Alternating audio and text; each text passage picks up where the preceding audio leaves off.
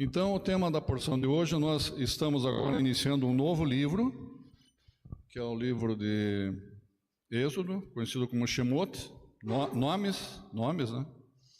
E o tema da paraxá de hoje, um passo de fé. O que seria esse, literalmente, o que seria esse um passo de fé? Então, há um ensinamento bem interessante aqui sobre a respeito da filha de Faraó. Os itens de hoje. Os descendentes de Jacó no Egito, 70, né?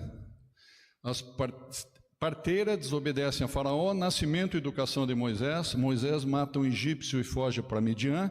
A morte do rei do Egito. Hashem fala com Moisés no meio da sarça ardente. Hashem concede poderes a Moisés e Moisés regressa ao Egito. Moisés e Arão falam a Faraó. Faraó aflige os israelitas e os israelitas queixam-se de Moisés e Arão. Então, bastante interessante, me chamou muito a atenção, que é um midrash do Rabino Rashi, que aparece nessa paraxá, ele cita, né, nessa paraxá, e sobre o braço da filha de Faraó. Bem interessante. Algumas coisas que aparentemente parece que não faz sentido, né? Mas mesmo sendo algo rabínico, e rabinos ainda que não tiveram experiência com o Messias, e também uma experiência que viveu a filha de Faraó, então coisas assim que você pensa, não, esse tipo de povo, essas pessoas, não nasceram do alto ainda, né? Mas como o Senhor usa até as pedras, o Senhor usa até as pedras. O Senhor não usou uma mula, e ela falou e deu um recado muito forte para Bilã. Então, mais ou menos isso aqui. Ele está usando pessoas, aparentemente com coração de pedra, né, filha de Faraó, e dando uma mensagem de... Não vou falar tudo agora, 3 pontinhos. A princípio parece não ter nada a ver com o braço, conforme o midrash que o Rabino Rashi cita, né? Mas, se verificarmos as palavras de Êxodo 2:5, Vetishlar, Etamatá, Vatikaheha, ela enviou a sua criada ou serva, para pegar a criança, para pegar o menino, né? Então, essa frase está em Êxodo 2:5, 2, versículo 5.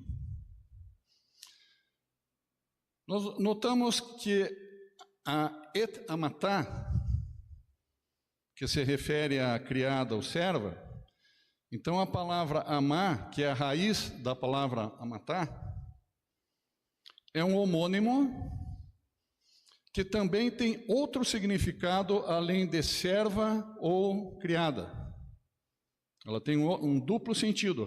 Conforme a frase, ela significa criada ou serva, conforme a frase, ela significa braço. Muitíssimo interessante, porque quando a gente começa a preparar as paraxot, você faz uma pesquisa, você olha aqui, comentários, né? Comentários aqui, comentários ali, vasculha lá na internet, né? Livros, comentários, rodapé, etc. É um trabalhinho trabalhoso. E daí algo te chama atenção. Puxa, isso aqui eu não posso ficar calado, eu preciso compartilhar com vocês, né? Então, sendo assim, os rabinos interpretam as palavras de Êxodo 2:5, que eu acabei de ler para vocês lá, Vetislar, Etamatá, Vatikaheha. Seu braço se estendeu na posição, olha agora a interpretação de Rashi. Interpretação baseado na palavra amar, de amatar, né? Então, aquela frase que originalmente você traduz assim, ela enviou a sua criada, ou sua serva, para pegar a criança, porque a filha de Faraó, ela estava aqui, ela estava onde eu estou. Ela enxergou a criança a 30 metros de distância, no carriçal, nos juncos, né, no carriçal. E ela não ia estar lá, ela não ia entrar na água, e ela mandou a criada, né? Então, essa primeira, ela enviou a criada. Mas esse enviar a criada ou a serva, também, segundo o entendimento ali de Rashi, seu braço se estendeu da posição que ela estava para que ela pudesse alcançar a criança. Seu braço se estendeu, porque ela ficou ali, ela não podia simplesmente... várias coisas se passaram na cabeça dela. Ela não podia assumir a função da criada. O que ela podia fazer, que ela dava ordens, ela tinha as funções dela, ela não podia fazer tudo, a criada tinha que fazer por ela. Ela não podia por ela, talvez naturalmente ela entrasse na água lá e fosse pegar a arca. O que o Jair está falando de arca? Podia ter falado um cesto, né, onde a criança estava. Se vocês pegarem aqui, ó, esse livro aqui, a Torá, que é a tradução do que está aqui dentro, está escrito arca, queridos. Não está escrito cestinho de vime de betumado, está escrito arca. Isso lembra alguma coisa?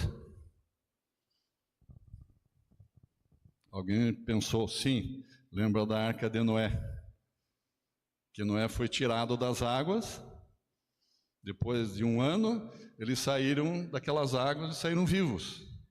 Moisés, a mesma coisa, foi tirado das águas. Então, isso parece muito estranho, essa visão de braço. Que história de braço? Um braço que estica, parece aqueles desenhos, né? Desenhos animados, né? Um braço de borracha. Mas é bem interessante isso aí. Vamos então observar o quadro geral da cena. Seu pai, o faraó, decretou um genocídio limitado contra essa nação judaica. Bebês recém-nascidos estão sendo assassinados, lançados no Nilo, afogados pela população. Afogados pela população, inclusive. Não era só soldados que faziam isso. Os soldados de Faraó, do exército de Faraó. A população, se alguém visse lá um bebê hebreu, jogava no Nilo. Uma pessoa comum, assim. Algo terrível, né? Então, um extermínio em massa perpetrado em todos os níveis da sociedade egípcia. Os civis estão envolvidos, gente. Acho que poucos sabiam disso, né? Algo assim que parece que competia mais ao exército, né, de Faraó. Não, população inteira. Detectou ali, conseguiu confirmar que aquele bebezinho lá é hebreu, pega e joga no rio. E não é fácil para civis afogarem bebês. É terrível, uma opressão, é algo terrível. Então surge a filha de Faraó, cujo nome é Binat Anat, que avista a criança judia à distância, mais ou menos uns 30 metros dela, dentro de eu fiz questão de colocar, que nem está na Torália, dentro de uma arca de junco betumada com betume e piche. A arca de Noé, irmãos, o nome era arca e era betumada com betume e piche também.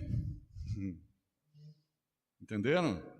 Como que as coisas se repetem na Torá?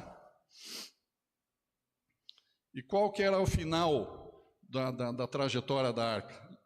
Era condenar e afogar alguém, ou era libertar e e preservar a vida de alguém. A função daquela arca, que ficou 1 ano no processo de dilúvio lá. Aqui também, ele entrou nessa arca e ele saiu com vida, ele foi tirado com vida dessa arca. Só que uma arca bem menor que a de Noé, né? Então, dentro de uma arca de junco betumada com betume e piche. Muito bem. As palavras vetarmou, alav. Ela teve compaixão daquela criança. Ela teve... O eterno Hashem colocou no coração dela esse amor por essa criança. Fica muito, muito forte aqui. Como que isso fica nítido? Pela insistência dela em salvar a criança. Tem 3 passagens ali que ela dá ordens, né? Mas você vê que ela toma uma atitude contra a vontade dela. Ela toma uma atitude contra os princípios dela, ela toma uma atitude contra a filosofia egípcia, ela toma uma atitude contra as reações que seu pai poderia ter sobre ela. São vários itens. As próprias criadas, as serventes, criadas ou servas dela, disseram, mas você não pode fazer isso. Vem contra todos a filosofia política egípcia, né? Então, ela teve compaixão da criança. Isso está em Êxodo 2:6. Vão anotando essas passagens que é bem interessante.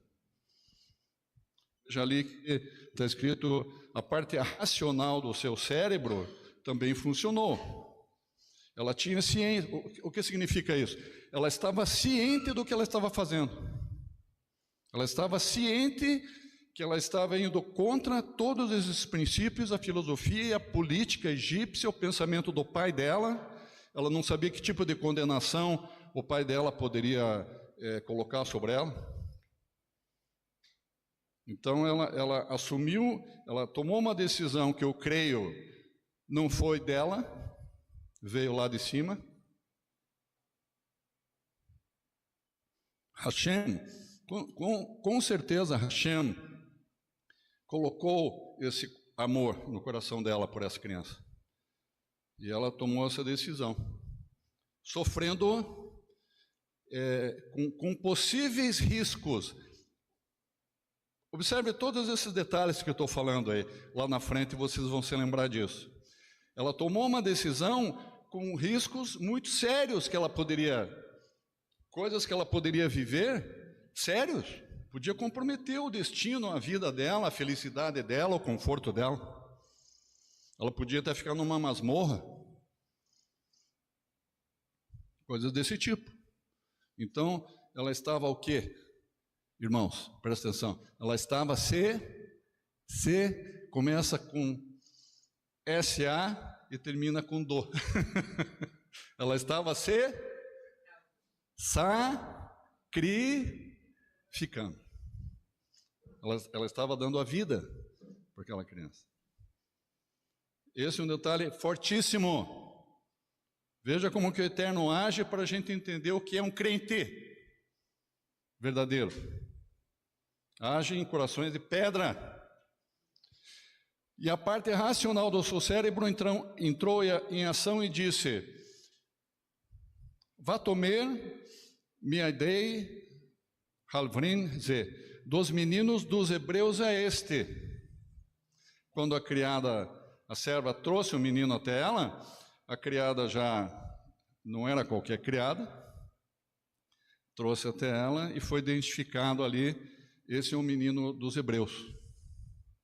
Então, olha como é que são as coisas, irmãos.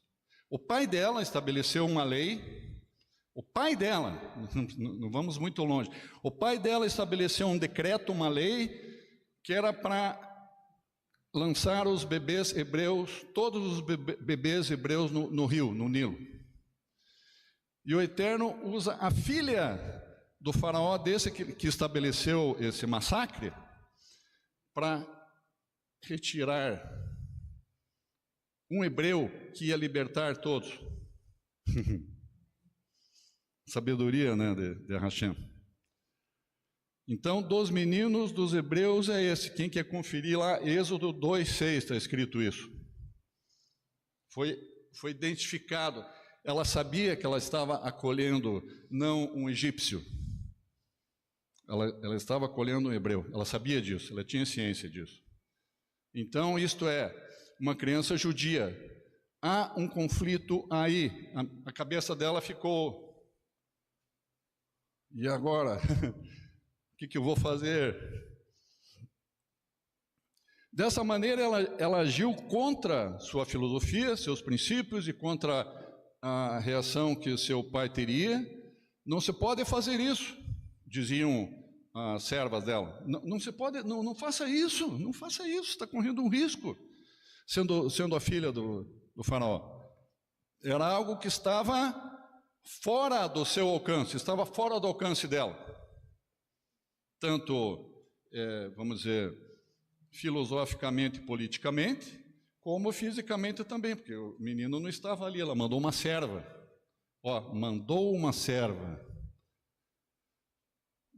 Olha o braço lá, o braço esticando. Ela ficou ali, mas a serva dela foi. Estava fora do seu alcance. Mas mesmo assim ela envia sua criada, sua serva. Eu coloquei ali, serva, criada, serva, o que significa isso? Significa que a parte serva dela, a parte servo ou serva em nós age quando nós somos do Messias. Eu não estou dizendo que ela é do Messias, mas o Eterno a usou de uma forma muito forte para a gente entender como que um servo de Hashem deve agir. Entendeu? A filha do faraó, ela insiste, ela não diz só vá, minha criada, vá lá e pegue o menino para mim. Ela não diz só isso. Ela diz são 3 mais passagens. O que significa 3 vezes que ela fala? O que significa isso?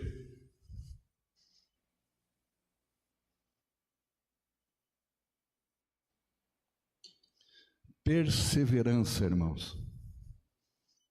Nós crentes, mesmo que a primeira tentativa você pensou, você tomou uma atitude,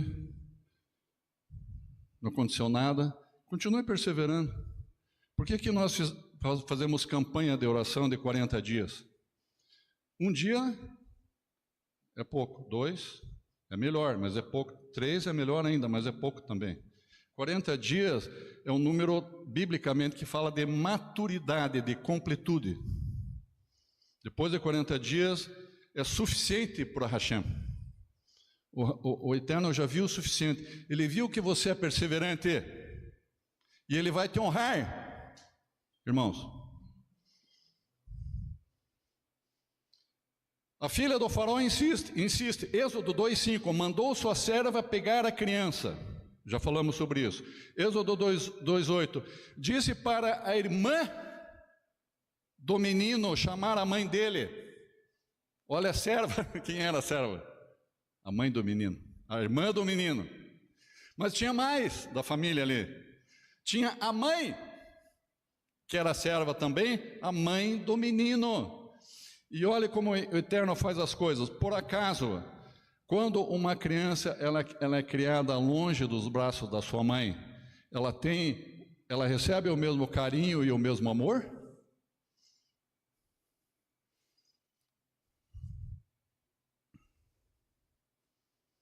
Além do amor que o Eterno imprimiu, no coração da filha do faraó, Binat Anat,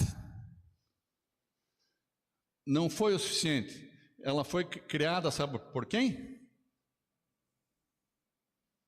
Ela foi amamentada e ela ainda recebeu um salário para isso. Olha lá, ó. Disse a mãe do menino: amamenta-o para mim. Em Êxodo 2:9. Vamos pegar aqui Êxodo 2:9. Êxodo 2:9. E disse para ela, a filha de Faraó: leva esse menino e amamenta-o para mim, eu te darei o teu salário. As mães precisam de salário para amamentar o filho? Não. Por que ela fez isso? Por causa do amor que ela sentia pela criança, que o Eterno imprimiu. Binat Anat estava obedecendo a quem nesse processo? Binat Anat estava obedecendo a Faraó? Está muito claro aqui que ela estava obedecendo a Hashem. Ela nem sabia disso. Ou talvez soubesse. Eu não posso carimbar. E eu lanço essa pergunta. Ela pode não saber disso, mas ela podia saber disso.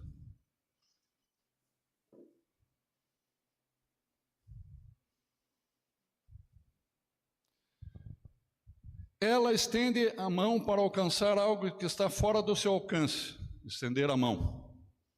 Algo que está fora do seu alcance. É como se o seu braço se esticasse. Então notamos que o braço que estica, na verdade, é a obediência das suas servas, motivada pela compaixão, amor da filha de Faraó pela criança. Opa! Uma palavra-chave aqui. Obediência da serva. Está falando agora daquele crente em Yeshua. Nós fazemos muitas coisas fora do centro da nossa vontade. Não, eu queria fazer isso agora, eu queria alcançar lá 1 milhão na minha aplicação.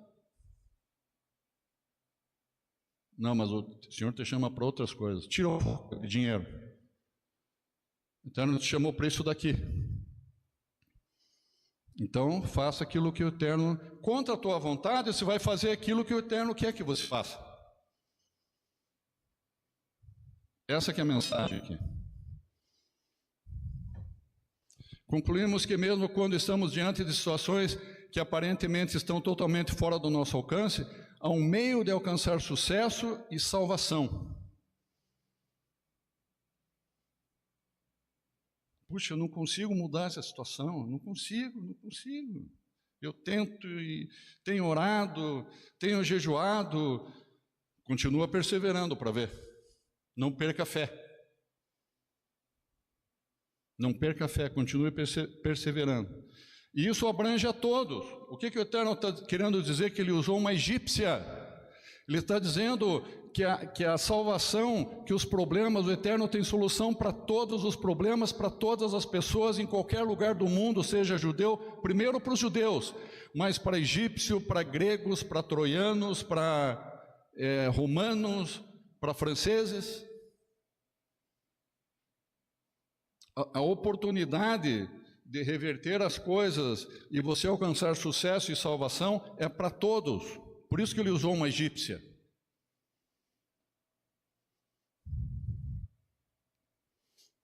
Nossa, isso nos lembra os servos, discípulos de Yeshua, judeus e gentios. É mesmo. Não lembra só judeus, lembra gentios. O que está escrito no livro de Efésios?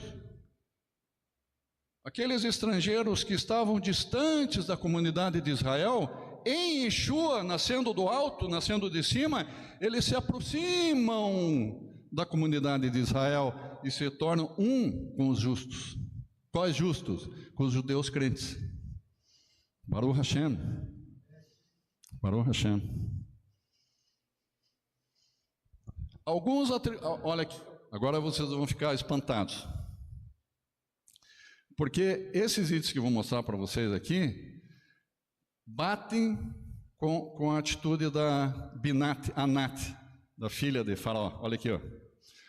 Alguns atributos dos servos de Yeshua, alguns atributos dos Talmidim de Yeshua, discípulos. Humildade. Não se consideram importantes demais para tarefas simples. Ela podia não se envolver com aquilo ali. Um garotinho hebreu, que está ali num cesto, nas águas, que vire aquele cesto, que ele morra. Ela podia pensar assim, podia ou não? Como uma boa egípcia. Não seria normal ela pensar assim, aquele cesto, minha serva, vai lá e vira aquele cesto, para a criança cair na água, pronto. Não seria normal esse pensamento, já que o pai dela decretou o extermínio dos bebezinhos? Não seria uma atitude bem normal da filha de Faraó pegar e virar o cesto e o bebezinho se afundar nas águas e morrer? Sim.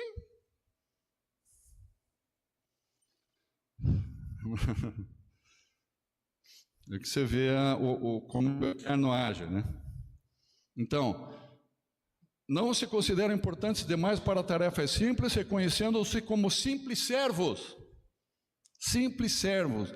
Ela usou a sua serva e são gratos pela oportunidade. Amor e dedicação. Servem com amor, zelo e determinação, independente de estarem sendo observados. Ela estava em todo o tempo sendo observada. Quem estava ao lado dela ali, os demais servos, servas dela, e isso iria chegar no ouvido de Faraó, com certeza. Ela estava correndo um risco, mas eu decidi agora, eu peguei amor por esse menino e vou salvar. Custe o que custar. Essa é a nossa postura. Custe o que custar, irmãos. Nós temos que cumprir a nossa missão, conforme o chamado que o Senhor tem para cada um de nós, de mim, de vocês todos. Cada um de vocês tem um chamado.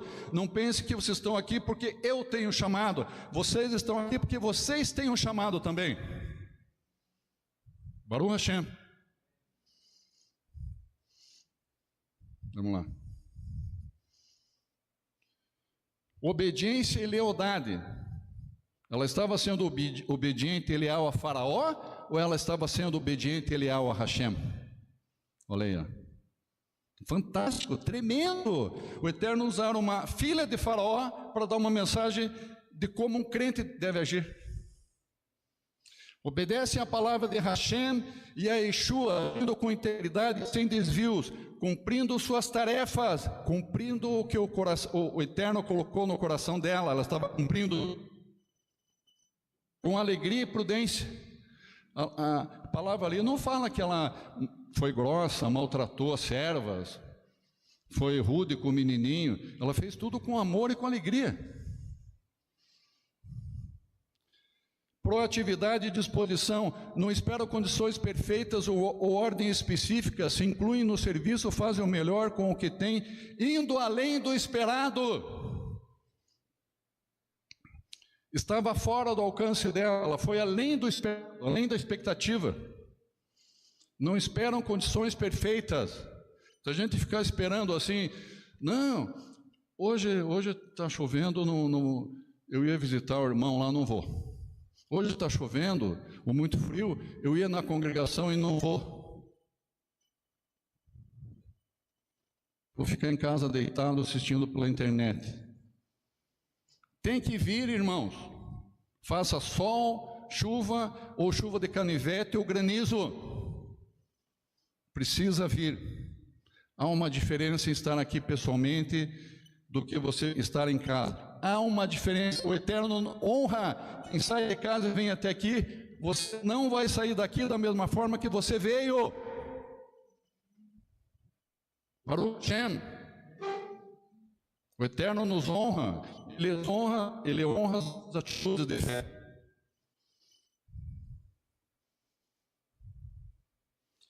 Foco em Hashem, buscam a glória de Hashem, não a própria honra. Ela estava preocupada com a honra dela ali, filha de Faraó. Ela disse que se lasque a minha honra. Eu estou sentindo esse amor pelo menino e dou a minha vida por ele. Não a própria honra, entendendo que a recompensa vem de Hashem e que o serviço edifica a igreja e reflete o caráter do Messias. Lembra que eu falei de sacrifício? Sacrifício e renúncia, abrir a mão da vontade própria dos interesses egoístas.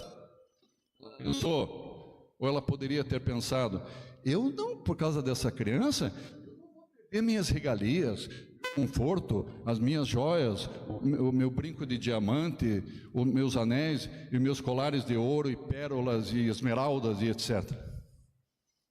E os meus manjares.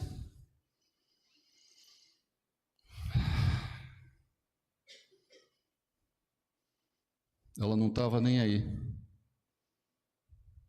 Ela só queria cumprir o que estava no coração dela.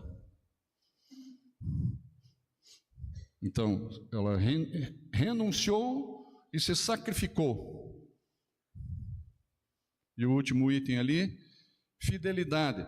São fiéis ao seu ministério e à tarefa designada. Não sendo negligentes ou inconsequentes, como exemplificado na parábola dos 2 servos. São fiéis em seu ministério, a tarefa designada. Cada um de nós tem uma tarefa. A tarefa do Edson é diferente da minha. A tarefa do Jacob, em partes é parecida, mas talvez ele não passe o que eu passo durante a semana. Os problemas que tem no meio de campo. A Fabiola, o chamado dela, as funções dela são diferentes da minha, mas ela tem as funções dela como serva. No trabalho dela, na vida dela, no lar dela, com as filhas, com os vizinhos. Cada um tem uma função, níveis de responsabilidade diferentes. Cada um tem uma. Não deixem de estar atentos às suas funções e se preocupe em cumpri-las da melhor forma. Concluindo, a palavra amar, braço, significa que quando a situação está fora do nosso alcance, Hashem nos dá coragem para darmos um passo de fé. Então, esse braço estendido, que fala de servo, de criado, de servo, é o passo de fé. É aquilo que você faz como mínimo, nós fazemos como mínimo, e o mais o Eterno faz. Nós não fazemos quase nada, na verdade, irmãos. Essa que é a verdade. Rabino Shulam sempre fala isso. Nós não fazemos quase nada. Mas o Eterno quer que a gente dê esse passo de fé. Ele quer que a gente estenda o braço. E o mais Ele fará acontecer. Exemplos. Como assim, Roxo? Tem algum exemplo nas Escrituras sobre o que você falou agora? Sim, tenho. Antes de falar, vou colocar uma aguinha no motor.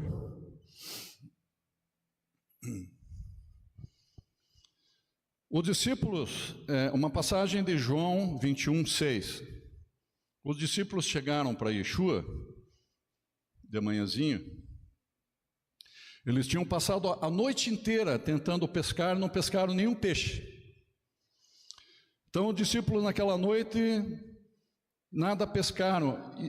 E eles falaram isso para Yeshua. Yeshua, pá. Nossa pescaria foi um fracasso. Daí Yeshua olhou para eles e disse: lançai a rede para o lado direito do barco e achareis peixes. Eles imediatamente foram para o barco, foram até o meio do mar lá. Ninguém falou uma palavra. Eles simplesmente lançaram a rede do lado direito do barco. O que aconteceu? A rede. Eles lançaram a rede. Quando eles puxaram, eles não conseguiam puxar a rede, de tão pesada que ela estava. Quanto mais eles puxavam, parecia que o barco ia virar. Estava abarrotada, lotada a rede de peixes. E já não podiam tirar pela multidão de peixes que tinha na rede. Ninguém vai perguntar nada agora? Mas, Roxa, como assim, do lado direito do barco? Por acaso eles ficaram... O pescador, ele é muito esperto com relação à natureza, né? Com relação à posição da lua, que lua que é, qual que é a maré, a velocidade do vento, se está estofo de maré ou não. Estofo de maré é quando a corrente não puxa nem para dentro nem para fora, ela para assim, fica paradinha. Que é um momento, o Pedro sabe disso, meu filho, que é um momento muito bom de pescar, né? Estofo de maré. Eles podiam ficar calculando e pensando assim, do lado direito, será que o Messias tem razão? Mas o vento vem daqui. E a correnteza está para lá. Se a gente jogar do lado direito, não vai ajudar. Então vamos jogar ou mais a boreste, ou a bambordo. Eles podiam fazer essas contas ou não? Baseado na experiência que eles tinham nos astros, no vento, nas marés. Podiam ou não podiam? Eles não questionaram nada, eles foram imediatamente para o barco e lançaram as redes do lado direito. O que significa isso, irmãos? O que significa isso? Significa obediência imediata, não questionaram nada. Fé. O mestre falou, está falado, vamos, pum. Qual que é o resultado quando a gente obedece? O mestre é benção. Isso que Yeshua falou. Eu já vi comentários sobre isso daí, de 5 páginas, irmãos. De 5 páginas desse assunto aí. Mas parece que não tem pé nem cabeça isso aqui. É tão simples. Eles simplesmente obedeceram, mais nada.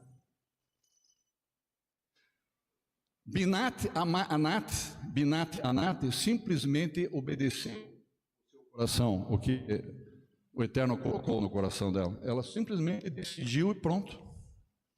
Ela não ficou questionando se ela ia ser punida, se o pai dela ia prendê-la numa masmorra, se ela ia perder as regalias, se ela ia ser rebaixada do nível de princesa, ia ser uma escrava, por exemplo. Podia ou não podia acontecer? Vamos lá. Yeshua viu um homem. Sim, essa aqui é a passagem de João também, 9, de 1 a 41, claro, eu resumi, né? Yeshua viu um homem que era cego de nascença e seus discípulos perguntaram se ele pecou ou seus pais pecaram para nascer dessa forma. Mas Yeshua disse que não. Que o Eterno fez ele dessa forma simplesmente para manifestar a glória de Hashem, porque ia acontecer esse momento, que Yeshua ia curá-lo, ia ser manifestado a glória de Hashem através de Yeshua. Yeshua cuspiu na terra, Yeshua pegou a terra, pegou um punhado de terra assim, e ele fez assim, cuspiu, fez um lodo, um barro, passou nos olhos do cego, com esse lodo que ele fez, com a saliva. E essa mistura pediu que o cego fosse lavar os seus olhos no tanque de Siloé. Famoso esse tanque de Siloé. O que ele fez? Ele ficou questionando, esse homem ficou questionando, dizendo assim: o que será que o Messias colocou nesse lodo? Ele fez alguma mágica? Talvez não era terra que ele pegou, uma pomada. Ele não ficou questionando fez aquilo. Por que Yeshua fez aquilo daquela forma? Ele imediatamente obedeceu, foi até o tanque de Siloé, limpou os olhos, simplesmente ele creu na ordem do Messias. Ele simplesmente creu na ordem do Messias. E nós temos, às vezes, mania de ficar questionando, ou locubrando, acrescentando palavras, tirando palavras, às vezes com relação ao nosso chamado, às vezes com relação a algo que você ouviu, que o Eterno pediu para você fazer essa semana, mas você finge que não ouviu. Você fica, não, isso eu acho que meu coração pensou assim. Não, pensando bem, acho que eu sonhei. Não, pensando bem, acho que eu pensei alto demais. Porque nós começamos a fugir do primeiro item, porque o nosso coração, ele é tendencioso, ele é corrupto e enganoso, está escrito, né? Então, quanto antes você obedecer, é uma possibilidade a menos de você errar. São várias possibilidades de você errar, de você falhar, de você não falhar, quero dizer. São 1, 2, 3, 4, 5 que você evita de pecar ou de falhar quando você obedece de primeira. Essa é uma dica.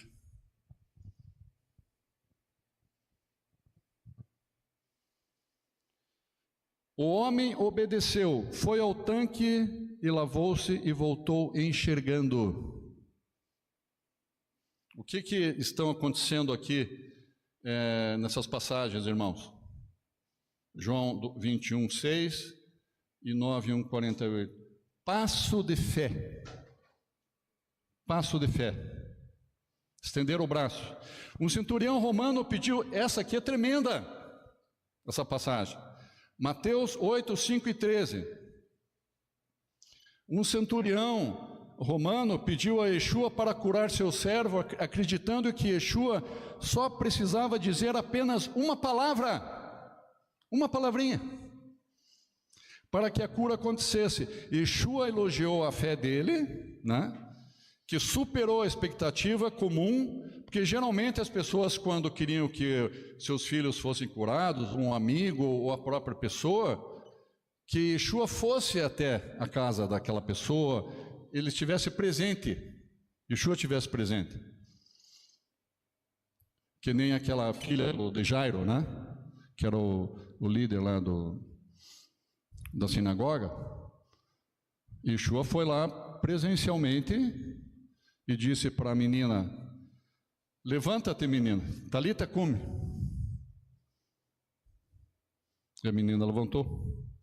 E tinham muitas pessoas entendidas ali e diziam, né, antes de acontecer isso, diziam, quando Yeshua falou, ela dorme apenas. Daí algumas pessoas tiraram um sarro assim. Disseram, não, mas nós sabemos que ela morreu. Como que ela dorme? Nós sabemos distinguir quem está morto e de quem dorme. Eles disseram. Irmãos, para Yeshua e para Hashem, tudo, não há possibilidade de alguma coisa não ser possível. Tudo é possível.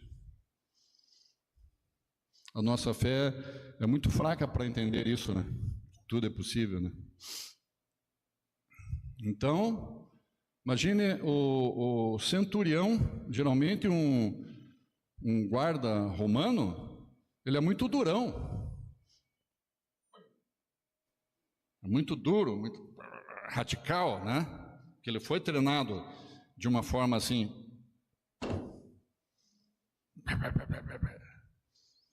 Imagina daí chegar uma pessoa desse tipo, desse calibre, e chegar assim, Messias, de uma palavrinha, e o meu servo será salvo. E daí Yeshua disse, tá bom, ele está curado. Naquele momento ele foi curado. Daí quando ele chegou em casa, o servo dele estava curado. Baruch Hashem. Baruch Hashem. O que ele fez? O que o centurião fez? Deu o passo de fé. O mais o Eterno fez. Ele deu o passo de fé. Ele agiu que nem a Binat Anat. Yeshua curou um paralítico em Mateus 9, 1, 8. Yeshua curou um paralítico que foi descido do telhado em Cafarnaum, um milagre relatado em Mateus, Marcos e Lucas, 3 evangelhos. Relatado isso aí. Onde 4 amigos o levaram por um buraco, fizeram ele transpor, eles subiram lá no telhado, né? Tiraram as telhas, abriram, desceram com talvez uma corda, desceram o enfermo, paralítico, até chegar bem próximo aos pés de Yeshua, que vendo a fé deles, perdoou os seus pecados e mandou o paralítico levantar e andar. Toma a sua maca, a sua cama, a maca, e levanta. E todos lá acharam que, a maioria achou que foi forjada essa situação, foi combinada para dar glórias a Yeshua, né? Que foi... Então, por acaso esses amigos do paralítico ficaram preocupados? Você age, o crente ele age independente das circunstâncias. Às vezes você precisa tomar uma decisão em prol do reino, mas às vezes as pessoas, puxa, mas o que aquela pessoa vai pensar? O que meu primo, o que minha irmã vai pensar disso? A gente se preocupa muito com o que os outros pensam, mas o nosso foco tem que estar no pensamento de Hashem. Eles não ficaram pensando, nós vamos estragar aqui o telhado, tirar as telhas, estragar a casa, vai fazer sujeira, vai cair coisas lá dentro, as pessoas talvez vão ficar escandalizadas da nossa atitude aqui. Não. Eles foram lá com um propósito, porque eles criam que o Messias, ele iria salvar o paralítico, eles criam nisso. Então eles fizeram o possível e o impossível. Não foram até a casa onde estava Yeshua. Eles abriram o telhado.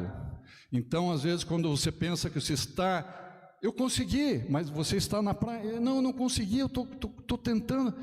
Você chega na praia, irmão. Você chega na praia, depois de nadar 40 quilômetros, você chega na praia, dê mais algumas braçadas e você conseguirá alcançar a margem. Não perca a esperança e seja perseverante e a vitória vai vir. Amém? E mandou levantar o paralítico e andar, curando-o completamente e deixando todos maravilhados. Agora vamos voltar lá para Isaías, lá nos profetas, né? Que eu achei muito sugestivo, né, para o nosso estudo de hoje, uma passagem de Yeshua que fala do braço. Muito sugestivo.